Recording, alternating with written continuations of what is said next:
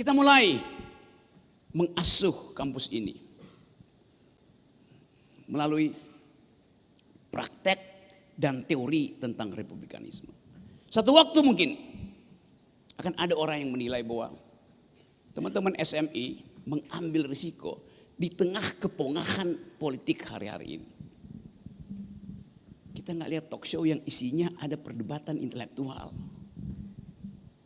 Kita tidak lihat ucapan-ucapan para pejabat itu berbasis pada upaya untuk mempertajam visi republikanisme.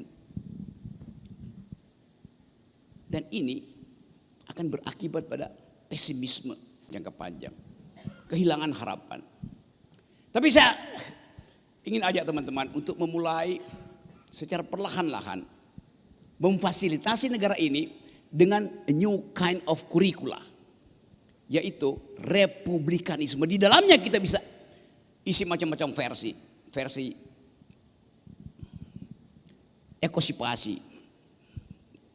yang ditulis sebagai dalil oleh Profesor Robert, versi hukum progresif yang diperjuangkan oleh Uceng. Jadi inti dari kita berkumpul di sini adalah untuk connecting the dot of republicanism yang ada di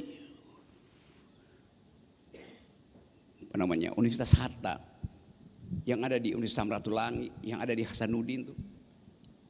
Kita ingin bikin koneksi itu, the web of intellectual. Tanpa ide itu, kita cuma marah tiap hari itu.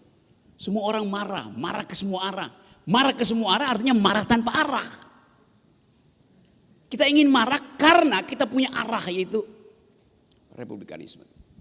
Jadi sekali lagi kita bisa bikin kurikulum, metodologi bisa kita persiapkan. Tapi sekali lagi menjadi seorang republikan itu adalah etos. Bukan berteori. Bukan sekedar berharap bahwa memenangkan pemilu itu. Jadi tanpa republikanisme tidak ada yang namanya NKRI itu. Apalagi tambahin NKRI harga mati itu. Di harga berapa NKRI mati kalau tidak ada republikanisme? Ini tradisi baik yang tidak dilakukan di partai politik. Tapi kita tinggalkan hiruk pikuk di partai politik. Anda dapat data, begitu banyak anggota parlemen kemarin, ternyata ijazahnya itu dibeli. Mau ngomong apa dengan mereka yang ada di parlemen? Jadi pastikan bahwa hari ini kita mulai satu tradisi untuk menghasilkan ide hanya atas dasar kita punya pengalaman pahit dengan kolonialisme. Kita punya pengalaman dengan imperialisme, kita punya pengalaman pahit dengan rasisme, kita punya pengalaman pahit dengan komunitarianisme. Kita ingin hidupkan kembali ide republikanisme. Saya balik pada 3 tokoh ini. Sudirman mengambil risiko memperjuangkan republik. Kendati pada waktu itu belum ada Panadol. Dan membiarkan tubuh privatnya digerogoti oleh penyakit demi ide kebersamaan, demi ide kesejahteraan manusia. Tentu ada komando sebagai militer, tapi di kepalanya ada ide tentang kemanusiaan yang adil dan beradab. Terangkan pada Sudirman bahwa yang terjadi sekarang kasak kusuk antara tentara dan polisi saling bersaing untuk pegang kekuasaan. Padahal bukan itu ide awal dari Sudirman. Pak Hugeng, 2 bulan lalu saya menemui diundang oleh istri beliau, Tante Mary, umurnya 100 tahun. Dengan memori yang kuat, dia menangis ketika mengucapkan, satu waktu saya mau ke Belanda, kata Tante Mary, istri Pak Hugeng yang udah 100 tahun. Untuk menemui ayahnya yang orang Belanda. Kata Jenderal Hugeng, kamu gak boleh pergi. Nanti orang kira saya yang bayarin tiket pesawatmu.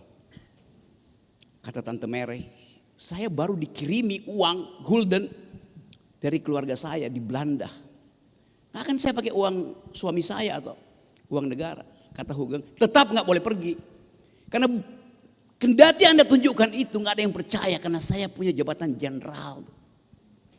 Jadi etos Hugeng memperlihatkan bahwa dia tidak ingin satu kesempatan kecil dimanfaatkan oleh mereka yang membenci Hugeng karena wataknya yang jujur itu, dan menyebabkan seluruh ide tentang kepolisian hancur. Seseorang yang punya etos republikanisme itu. Sultan Syahrir.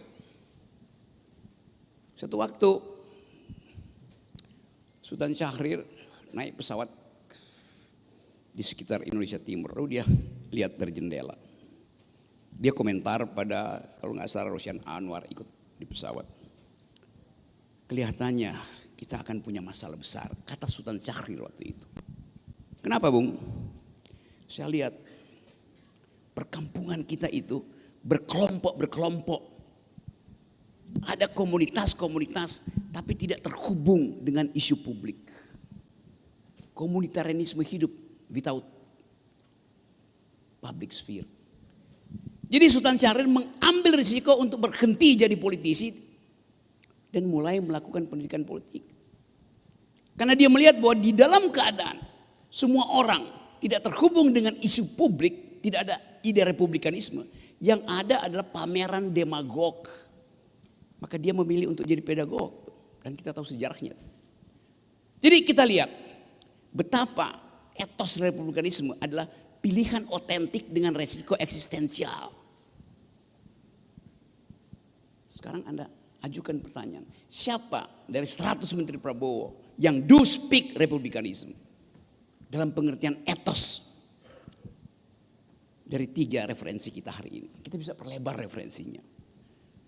Tapi kita mau mulai menutup kecemasan kita tadi.